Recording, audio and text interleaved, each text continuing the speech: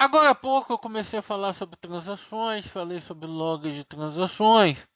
Então vamos nos aprofundar um pouquinho mais sobre o comportamento transacional e o tratamento de erros dentro do SQL Server. Como é que o SQL Server trata erros e o comportamento transacional. Eu vou fazer uso aqui do banco de dados teste. E para a gente fazer algumas experiências, eu vou criar uma tabela, create table, chamada postcode.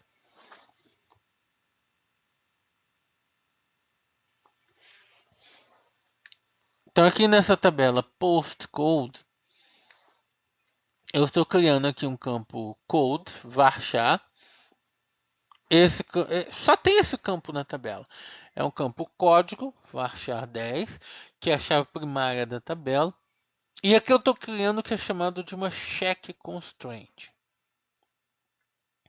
Essa check constraint vai validar a formatação desse campo code. Código postal, basicamente. Código postal.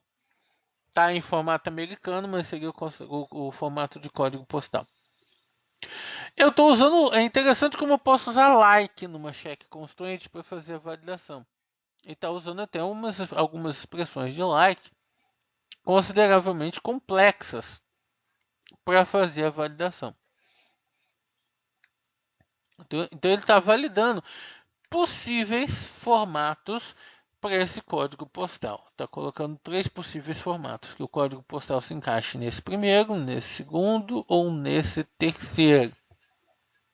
A variação dos formatos é basicamente o espaço ou caractere resistente aqui no meio, entre os demais caracteres.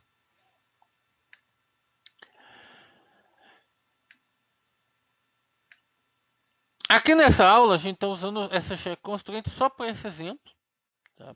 A aula que vem a gente vai se aprofundar no funcionamento de constraints. A gente vai ver melhor como constraints funcionam. Eu vou usar aqui um drop table if existe só para o script ficar mais íntegro. Postcode.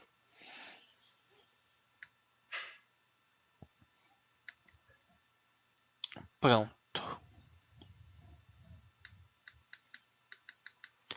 Então nesse primeiro exemplo, estou usando um delete from postcode, insert into postcode, campo que eu estou preenchendo, code, values, e aqui eu coloco os valores que eu vou inserir.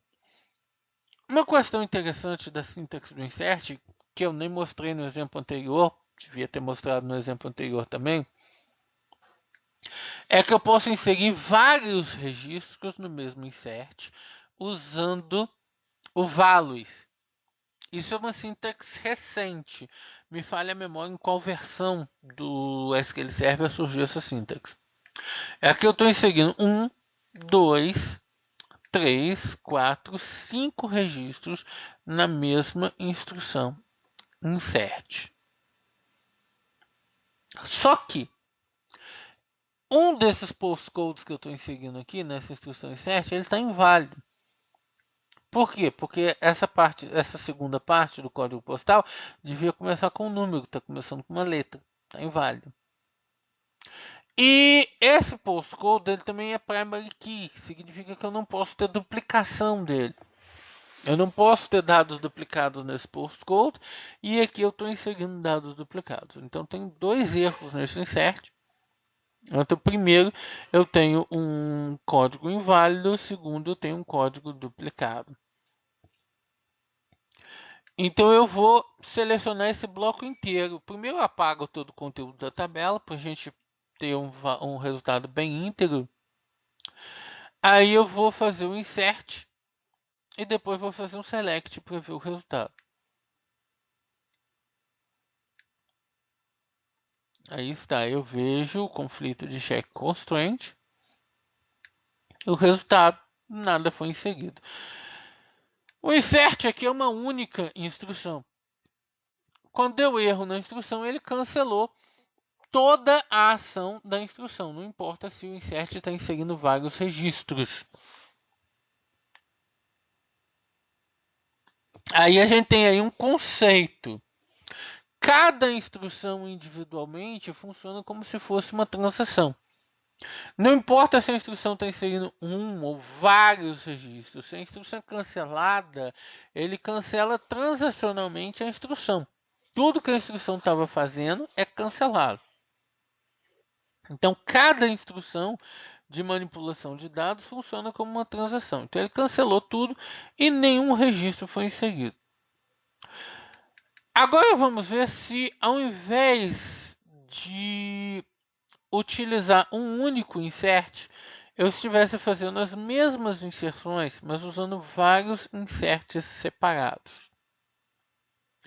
Eu coloquei uma instrução aqui a mais chamada setXactAbort off. Depois, daqui a pouquinho, eu vou explicar melhor a diferença desse off com um on. A gente vai entender melhor o significado desse xactAbort. Então, eu vou rodar esse trecho de código e vamos ver o resultado. 2 erros ocorreram. Eu tenho o erro da check constraint. Eu tenho um código postal inválido. E eu tenho o erro da chave primária, que eu não posso fazer inserção de duplicados. 2 erros ocorreram. Isso é muito significativo sobre a forma padrão com que o SQL Server trata erros. Quando ele identifica um erro num bloco de código. A questão é, ele não parou de executar no primeiro erro. Ele continuou executando até o final do script e ainda encontrou o segundo erro. Mas ele continuou executando até o final do script. Ele continuou fazendo a execução. E no final, eu tive 3 inserções. Os 3 postcodes válidos que não deram erro foram devidamente inseridos na base de dados. As 2 instruções que deram erro foram canceladas. No primeiro exemplo, eu estava fazendo todas as inserções numa instrução só. Então, a instrução inteira, como uma transação, foi cancelada. Agora, eu fiz vários inserts diferentes. Só as instruções que causaram um erro, os inserts que causaram um erro, foram cancelados. Ele não só não cancelou o bloco inteiro de instruções, ele não interrompeu a execução do bloco inteiro, como também ele não cancelou o bloco. Ele deixou as inserções acontecerem, apenas as instruções que deram um erro não foram seguidas. Então, isso é muito interessante sobre como o SQL Server trata erros por padrão em um bloco sendo executado no servidor.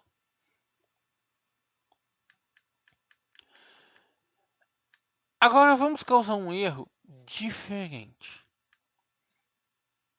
Eu estou colocando aqui um CRASE mais 1. Isso aqui vai dar um erro diferente, que vai dar um erro de conversão. Erro de conversão de dados. Porque ele está tentando somar string com numérico, não tem o menor sentido, vai dar um erro de conversão de dados. Vamos ver como ele trata esse bloco agora.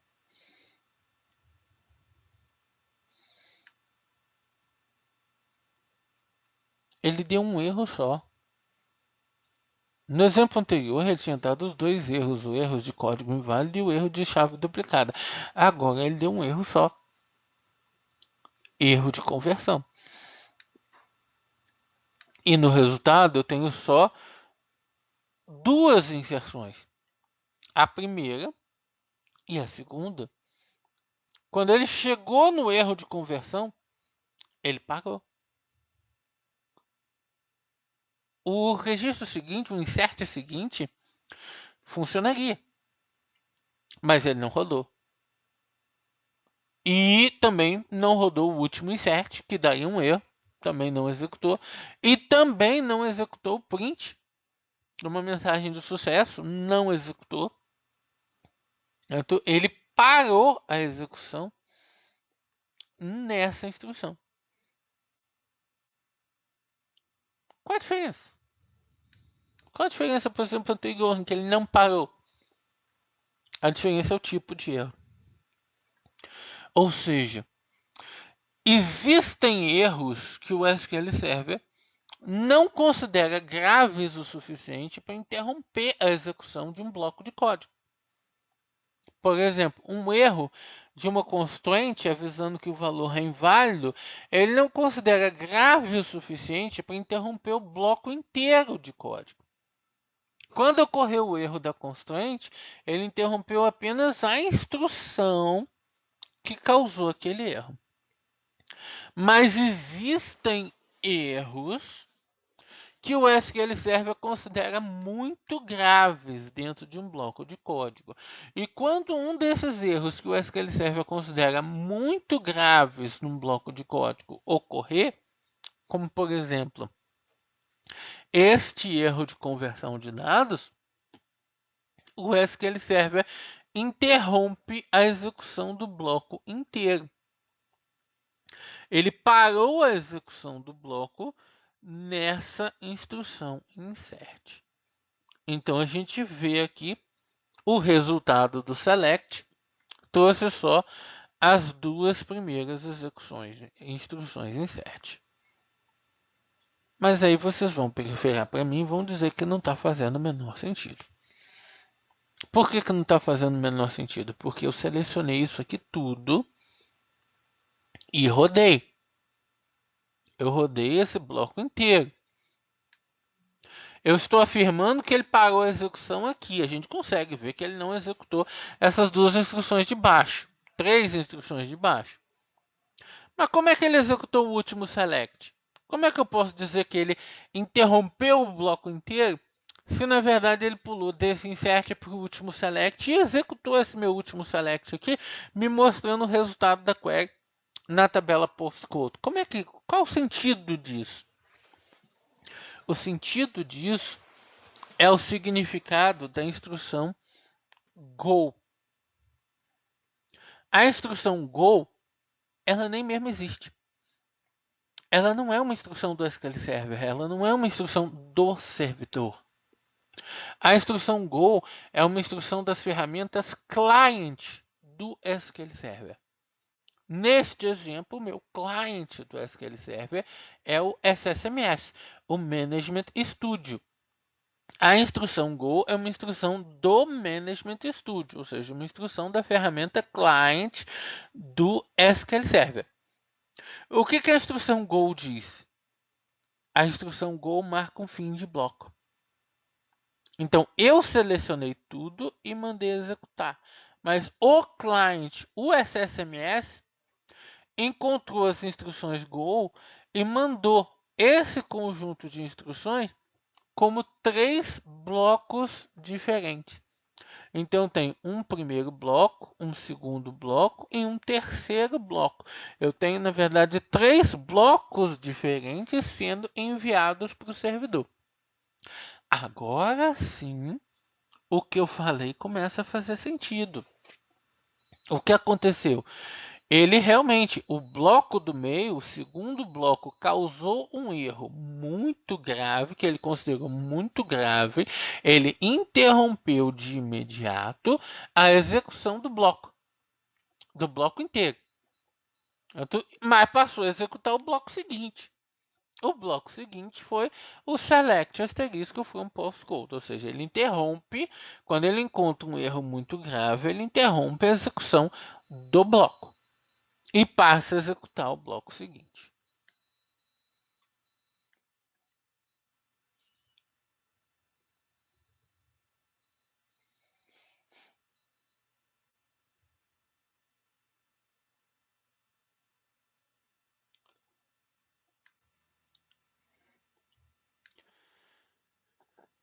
Então, Continuando, nós vimos aqui que ele realmente, com um erro muito grave, ele interrompeu a execução do bloco. E com isso nós descobrimos que, na verdade, nós temos 3 blocos. As instruções Go são instruções de client que funcionam como separadores de blocos, gerando um conjunto de 3 blocos, e uma instrução, um erro muito grave, gera a interrupção do bloco. Então a gente descobriu que erros que ele considera simples não geram interrupção do bloco, ele continua executando. Mas erros considerados muito graves geram a interrupção do bloco. Tudo isso eu estou utilizando com a configuração setxactabort off.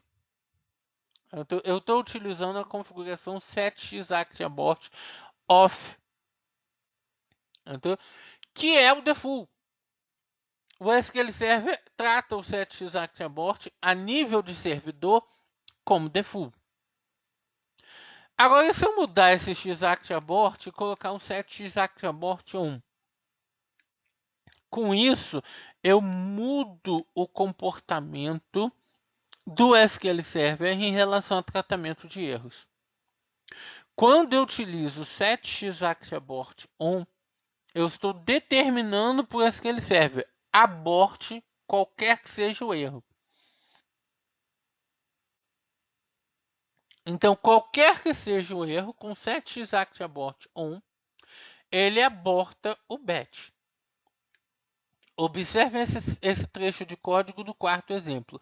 Eu não tenho o erro de conversão. O que eu tenho é um erro de constraint que me dá um código postal inválido, mas não tenho o erro de conversão. Então, eu vou fazer esse bloco, vamos executar e ver o resultado. Ele me deu o erro de constraint e apenas o erro da constraint. Ele não me deu o erro de chave duplicada, porque ele parou na execução da constraint. Se eu vejo o resultado do select, eu só tenho os 2 primeiros registros. Nós vimos no exemplo número 2 que ele não parava nesse exemplo. Com o setxactabort off, ele seguia adiante. Com o setxactabort on, qualquer erro que seja, ele para. Com o setxactabort off, ele só aborta o bloco se o erro for muito grave. Com o setxactabort on, ele aborta em qualquer erro. Então, temos aí uma diferença sobre o uso do setxactabort. É interessante observar que o setxactabort é muito pouco conhecido. Muitos poucos desenvolvedores já ouviram falar dele. Então, o comportamento default do SQL Server é com ele em off. Com o xactabort on, ocorre esse comportamento de abortar em caso de qualquer erro. Agora que nós vimos esse comportamento básico, vamos ver com uma transação. Até agora eu estou fazendo 100 transações. Quando eu digo 100 transações, significa que eu não tenho um begin ou commit de transação explícito. Mas não quer dizer que eu não tenho transações. Quer dizer que cada instrução insert para o SQL Server é por si só uma transação. Tanto é que ele aborta as instruções que têm dados errados. Ele aborta a instrução insert com dados errados e deixa as outras seguirem. Mas eu não abri explicitamente uma transação. Então, vamos fazer um exemplo aqui, abrindo explicitamente uma transação. Fazendo begin transaction e um commit transaction entre essas instruções. A ideia da transação é que eu obtenho uma integridade transacional.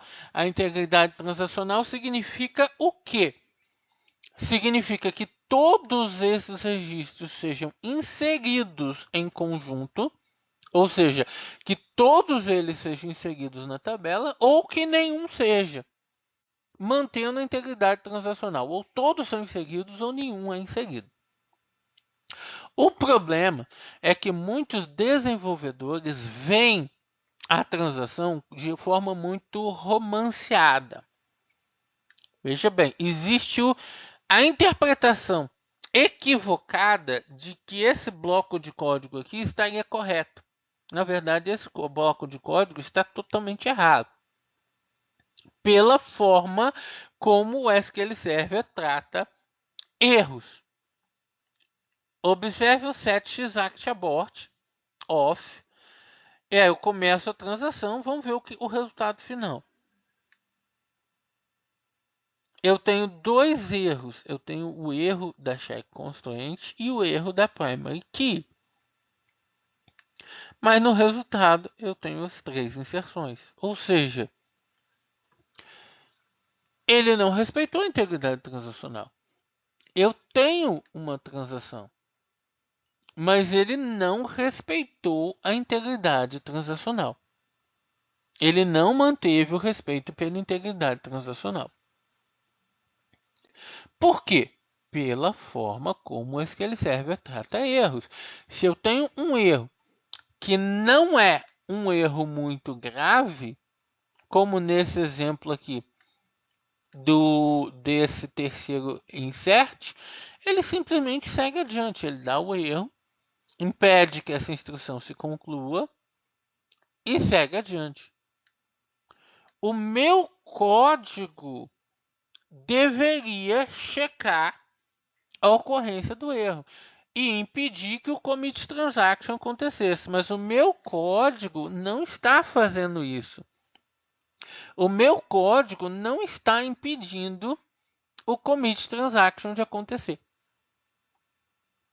E com isso, ele simplesmente seguindo adiante, ele chega no commit e ele conclui a gravação de 3 registros.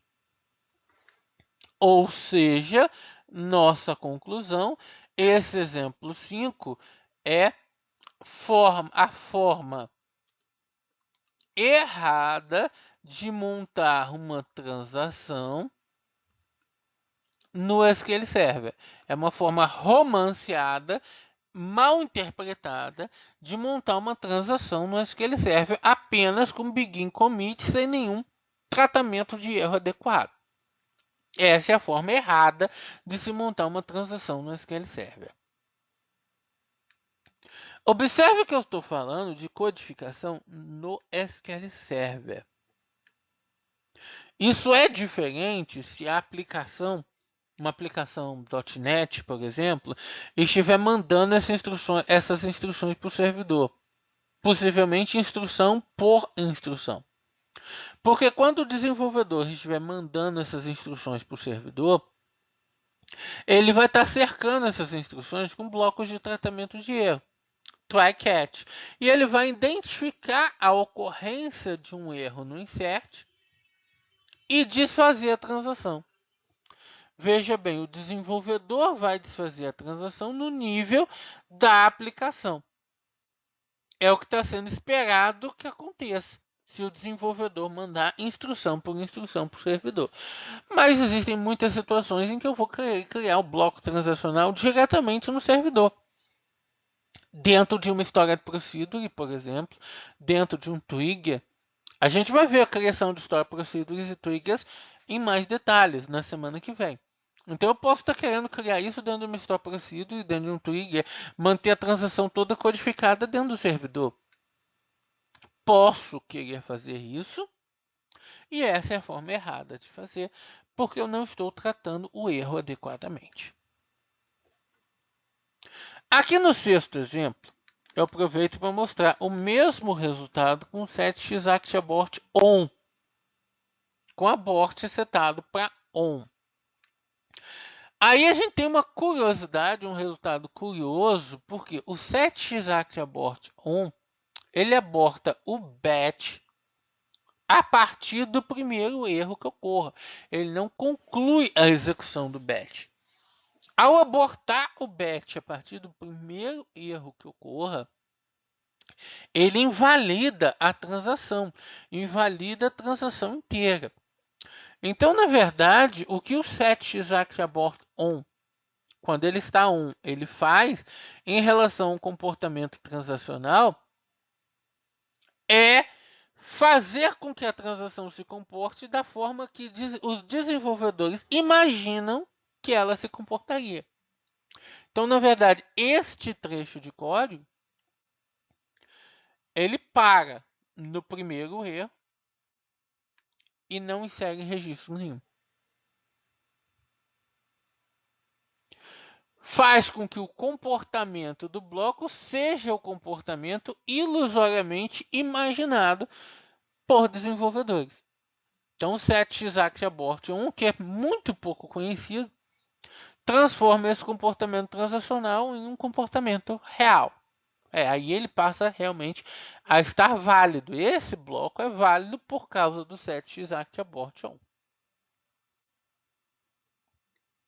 Mas nesse caso, eu não tenho controle nenhum sobre o erro. Eu não estou tratando o erro. Eu não estou tendo um controle sobre o tratamento do erro. Eu estou simplesmente deixando o erro acontecer. Esse erro vai explodir para a aplicação que estiver executando isso.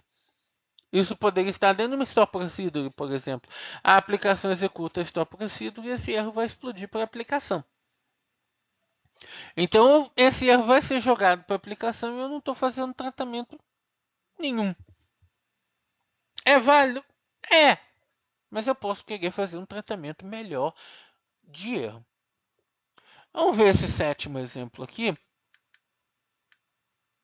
em que eu posso identificar existências de erro e aí decidir se eu faço um rollback ou se eu não faço rollback. Aqui eu estou usando o 7xActAbort off para que ele não aborte o bloco em caso de erro. Estou declarando uma variável, @erro. E aqui eu uso uma variável global do SQL Server, a variável chamada @erro. Essas duas arrobas na frente de uma variável indica que a variável é global do SQL Server. Então, o que esse bloco está fazendo? Ele está declarando uma variável minha, chamada @erro, do tipo int, e definindo o valor default, igual a 0. Cuidado com a versão do SQL Server, versões um pouquinho mais antigas já não aceitavam isso na mesma linha. Eu teria que fazer em uma linha separada.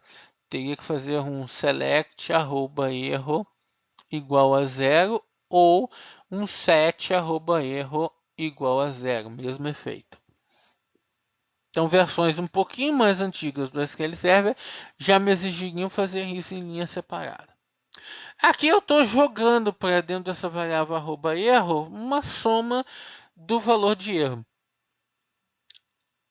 O @erro ele ganha um valor após cada instrução que potencialmente possa ter causado erro. Esse valor pode ser 0 ou pode ser um valor de erro mais detalhado. Então ele ganha um valor após cada instrução que potencialmente tenha causado um erro.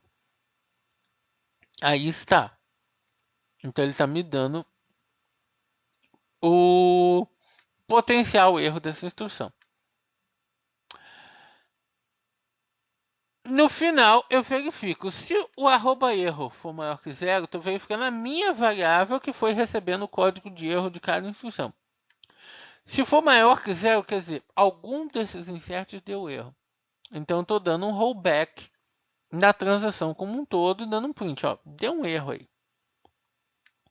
Caso contrário, eu estou dando um commit. Se tudo deu certo, eu dou commit. Então, o que vai acontecer nesse caso?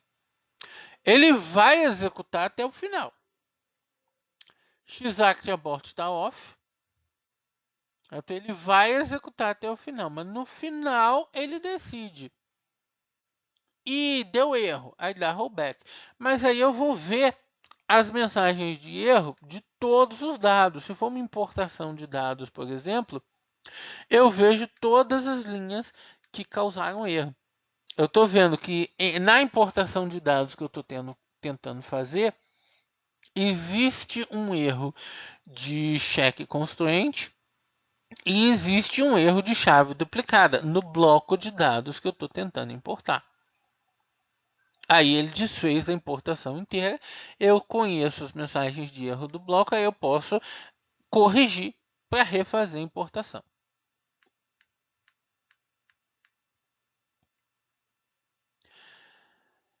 Agora, no oitavo exemplo.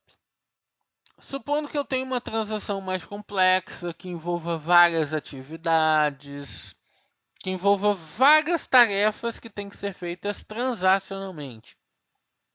Por exemplo, um registro de uma venda, eu tenho que cadastrar o cliente, checar o estoque, ver se tem estoque suficiente, inserir o registro da venda.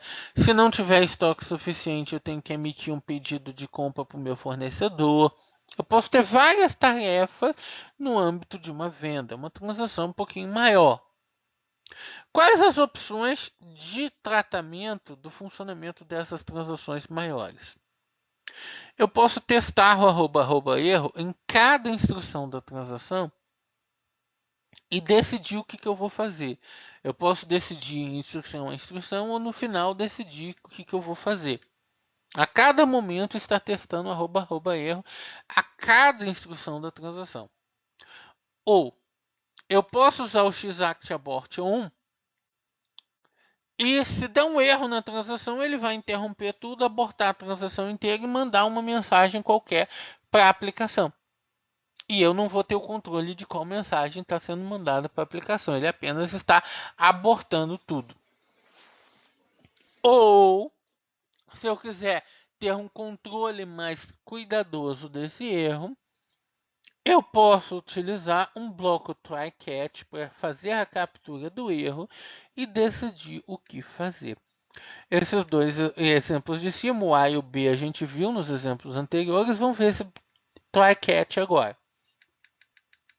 Com set xActAbort off, eu posso envolver a minha transação num bloco begin try e end try. E aí eu tenho a minha transação ocorrendo aqui dentro. Se ocorrer um erro em qualquer uma dessas instruções, ele vai cair no catch. Ele só vai cair no catch se ocorrer um erro em uma dessas instruções.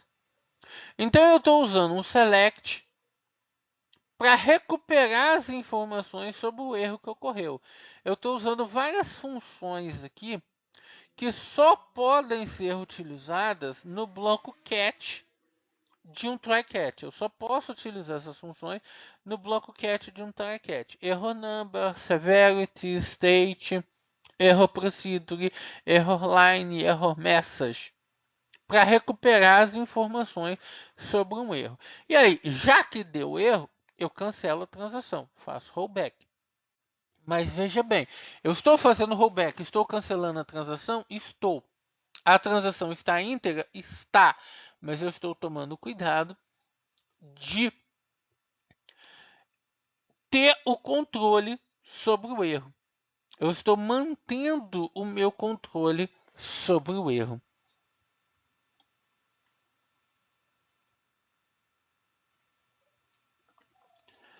Esta forma de trabalho é considerada uma excelente prática em termos de montagem transacional. Ou seja, fazer o tratamento com try e catch. Os tratamentos com @erro são muito trabalhosos, por isso já não são considerados tão boa prática, só quando for absolutamente necessário. Então, o bloco try catch em uma transação grande é considerado uma prática melhor.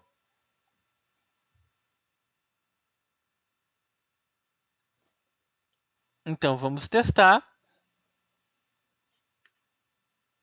Ele identifica a ocorrência de um erro. Eu não tenho mensagens de erro, por quê? Porque foram capturadas pelo try-catch. E o bloco try-catch devolve para mim o erro ocorrido com a constraint. Aqui ocorreu um erro com a check constraint. Ele me devolve amigavelmente o erro ocorrido com a constraint.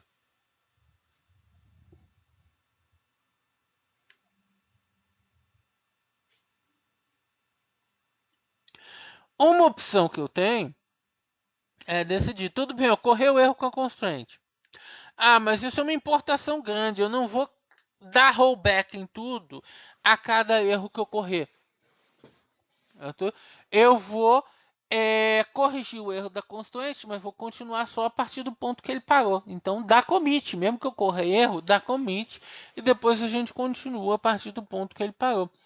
Então, nesse exemplo, ao invés de fazer um rollback no catch, eu estou fazendo um commit no catch. No exemplo anterior, eu fiz rollback. Aqui, ó. Os códigos inseridos foram em um. Aqui eu posso tratar o erro e decidir, não, eu quero fazer commit. Tá bom.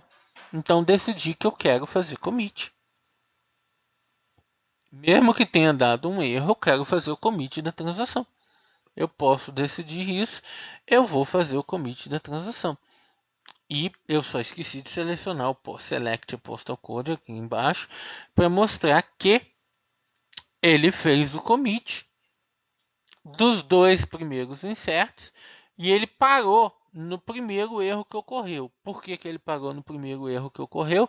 Porque o try catch desviou a execução. Uma vez que ocorreu o erro, ele desviou a execução por catch para que eu pudesse executar meu bloco de tratamento de erro. E no meu bloco de tratamento de erro, eu decidi fazer o commit. Decidi fazer a execução do commit. Aí está. Commit executado.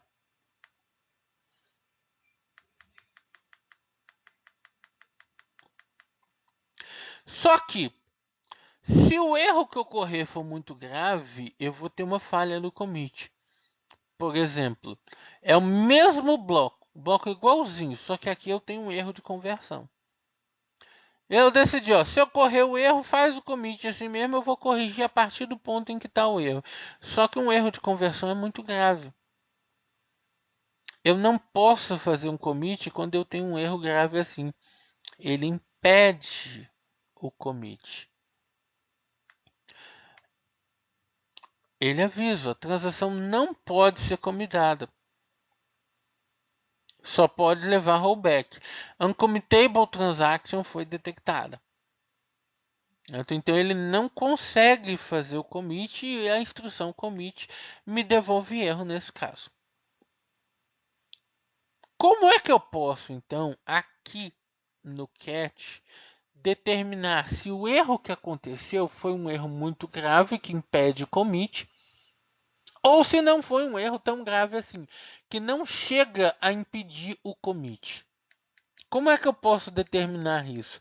A gente tem uma função chamada xActState. Essa função xActState nos devolve o estado em que uma transação se encontra. Se ela devolver o valor zero, significa que não existe uma transação. Então, não existe uma transação que possa levar commit ou rollback. Se esse xActState devolver o valor 1, significa que tem uma transação e a transação pode ser commitada. Se esse xActState devolver o valor menos 1, significa que tem uma transação, mas essa transação não pode ser commitada, que ocorreu um erro muito grave e a transação não pode ser commitada.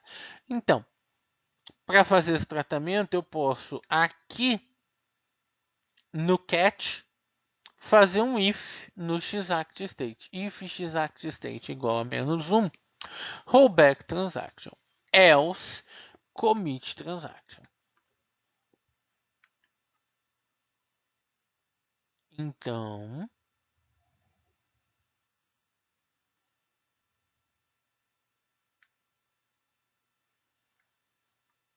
aí está. Ele me deu o erro de conversão e agora ele fez isso de forma mais amigável. Ele não me trouxe aquelas mensagens de erro que ele estava me trazendo aqui.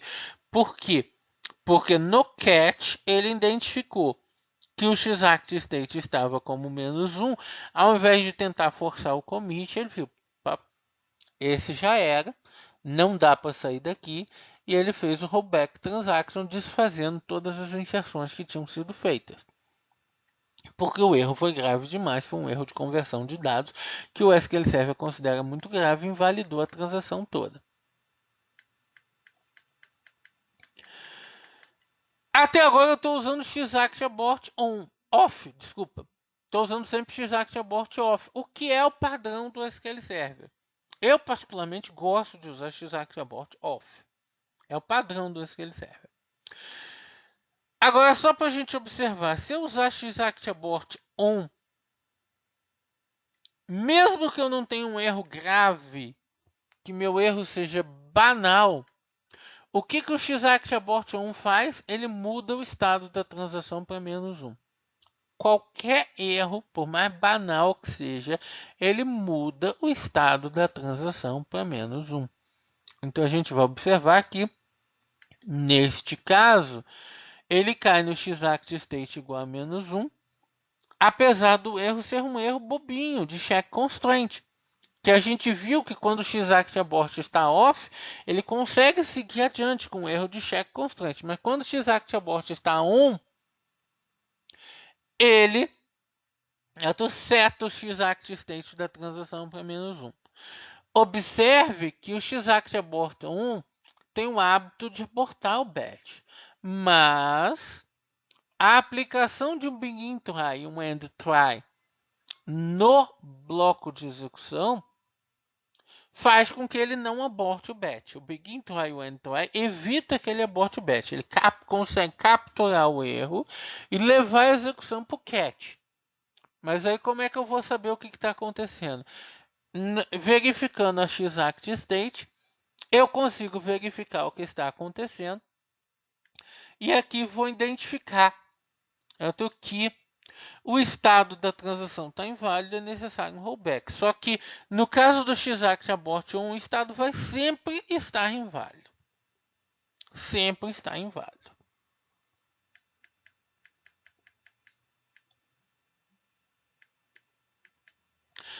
Vamos falar um pouquinho agora sobre transações aninhadas.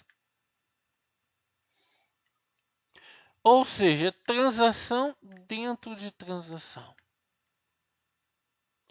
A sintaxe de transações aninhadas, ela é viável, ela é aceita pelo SQL Server. Ou seja, eu posso ter uma segunda transação dentro de uma primeira transação. E o SQL Server, ele aceita isso. Ele aceita que eu tenha uma segunda transação dentro de uma primeira transação. Mas uma confusão que frequentemente é feita por desenvolvedores é achar que eles podem usar isso para fazer commit ou rollback isolado dessas transações. Não podem. Não dá para fazer commit ou rollback isolado dessas transações. Isso é uma confusão comum dos desenvolvedores. Essa sintaxe é meramente aceita por uma questão de arquitetura do ambiente. Esses trechos de código podem estar rodando dentro de store procedures. Eu posso ter uma store procedure que chame outra store procedure e que chame outra store procedure. Eu posso ter uma sequência encadeada de procedures, uma chamando as outras. E o código de cada uma dessas procedures pode conter o controle transacional begin transaction e commit transaction. Então, por uma questão de arquitetura, o SQL Server permite a sintaxe de ter o controle transacional um dentro do outro, uma transação dentro da outra. Porém, isso acaba não tendo utilidade para o desenvolvedor. A única utilidade é essa facilidade de poder livremente colocar as transações nas procedures. Vamos ver o que vai acontecer aqui. Eu tenho begin transaction, 2 inserts, begin transaction, 2 inserts, um rollback, 2 inserts, commit. E aqui no final eu estou fazendo um tran count para ver quantas transações estão abertas. Se existe alguma transação aberta. String count é uma outra variável global do SQL Server que nos mostra quantas transações estão abertas no momento. Vamos ver o resultado.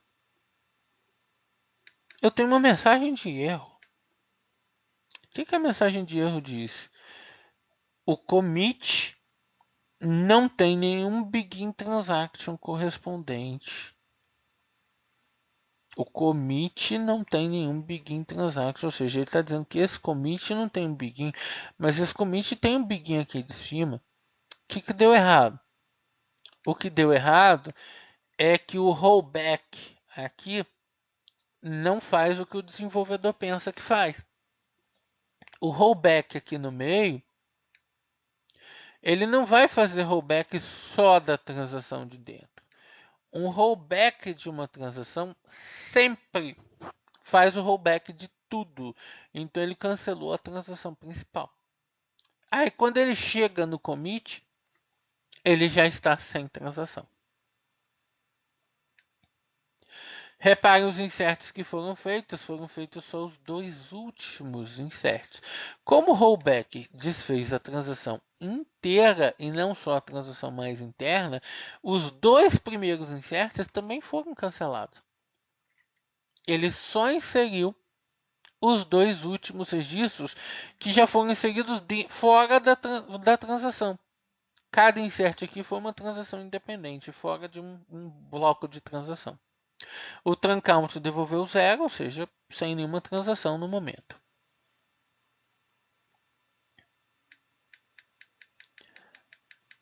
Vamos ver esse outro exemplo, em que eu faço rollback no final, na transação de fora. Eu faço commit na transação de dentro e o rollback na transação de fora. Alguns desenvolvedores poderiam esperar que, nessa situação, a transação de dentro fosse commitada. Mas não é isso que vai acontecer. Aí está. O rollback faz o rollback de tudo. Não interessa se a transação de dentro já foi comitada. A transação de dentro ela ainda está sujeita à de fora e a de fora levou rollback.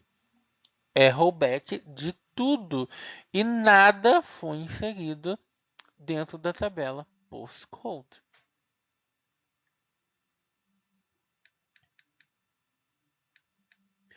Então, existe uma alternativa real para marcar blocos dentro de uma transação? Existe, é o que é chamado de save point. Observe esse exemplo. Eu tenho um save transaction e a gente marca um nome aqui. Esse bloco foi salvo. E aí, ao fazer um rollback transaction, nós podemos indicar o nome de um save point aqui. Então, na verdade, ele vai reverter tudo que foi feito até o ponto de salvamento, aqui. Qual a consequência? Inseriu 2 registros, criou um save point. Inseriu mais 2. Deu um rollback para o ponto de salvamento. Então, esses dois aqui no meio, que começam com B e com P, não vão ser inseridos. Esses dois estão levando rollback. Depois ele insere mais 2 e faz o commit final. Então, duas das ações dentro da transação estão levando rollback. Então, observe, o registro que começa com B e outro que começa com P não foram salvos. Então, ele inseriu um total de 4 registros na tabela postcode. 4 registros, tendo dado rollback na inserção de 2 registros. Então, usando o save point, nós podemos dar um rollback parcial numa transação. As nested transactions, ou seja, transação dentro de transação, não auxiliam em nada em relação a dar rollback dentro da transação.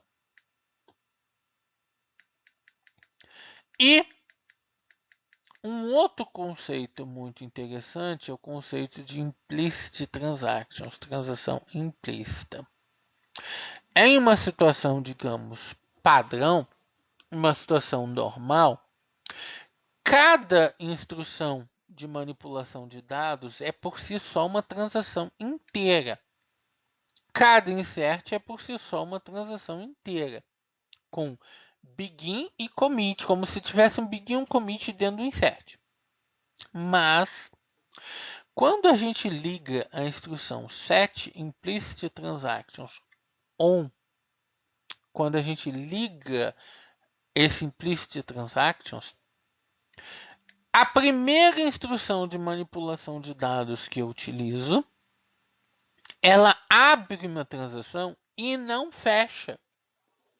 E mantém a transação aberta. Então, tudo que eu faço em seguida de manipulação de dados passa a estar dentro dessa transação. Então, observe esse bloco de transação. Eu tenho um commit transaction sem ter begin. Porque o begin da transação é feito implicitamente no momento que eu faço o primeiro insert. Então, eu vou executar esse bloco. E eu vou ver que ele vai fazer a inserção adequadamente de todos os registros dentro de uma única transação. E eu fiz aqui o commit transaction. E ele commitou a minha transação. Ele fez o commit da minha transação.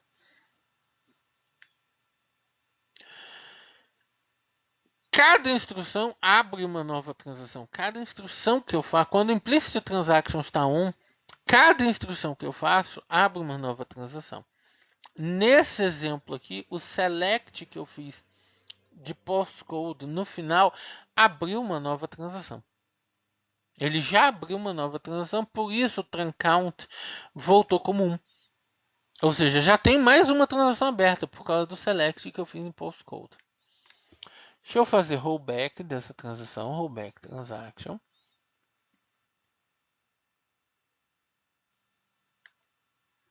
Agora eu vou corrigir esse bloco de código. No mesmo bloco que eu usei set implicit transactions on, eu vou colocar set implicit transactions off, para ele parar de ficar abrindo transação a cada instrução. Vou executar o bloco inteiro. E agora sim, o @truncount voltou 0. Eu já não tenho nenhuma transação aberta, porque agora o implicit transactions foi setado para off. Então o select do postcode não gerou a abertura de uma transação. Quando o implicit transactions está on, cada instrução que eu der gera a abertura de uma transação e tudo passa a estar dentro da transação. Algumas características interessantes sobre a ferramenta Client. No SQL Server 2016, o SSMS sofreu várias mudanças. No 2016, ele sofreu várias mudanças. Uma das mudanças que mais chama a atenção é que aqui na execução de query, eu posso ver em opções avançadas. Eu tenho como aqui setar várias configurações de ambiente, certo? No SQL Server 2016. E o default, se você abrir o seu aí, o default do SQL Server 2016 é ter esse xActAbort habilitado. O xActAbort ele é habilitado por default no 2016, ou seja, quando vocês estão no SSMS 2016, o xActAbort vem por default on. Observe que isso é uma total novidade no 2016. Até o 2014, o default do xActAbort no SSMS, inclusive, é off. A partir do 2016, o SSMS, quando se conecta no SQL Server, ele passa a fazer o set do xActAbort para 1, mudando esse default para 1. Então, é como uma segurança para ele abortar transações em caso de erro. Quando uma transação dá erro, ele aborta a transação. É uma segurança na manipulação do servidor. Na hora de manipular o servidor, o trabalho é considerado mais seguro. Mas esse não é o default do servidor. É que quando o SSMS se conecta ao servidor, ele seta isso para 1. Mas se a sua aplicação se conectar ao servidor, o X-Act Abort está off. O default do servidor é estar com o X-Act Abort off, a menos que isso seja alterado no nível da conexão.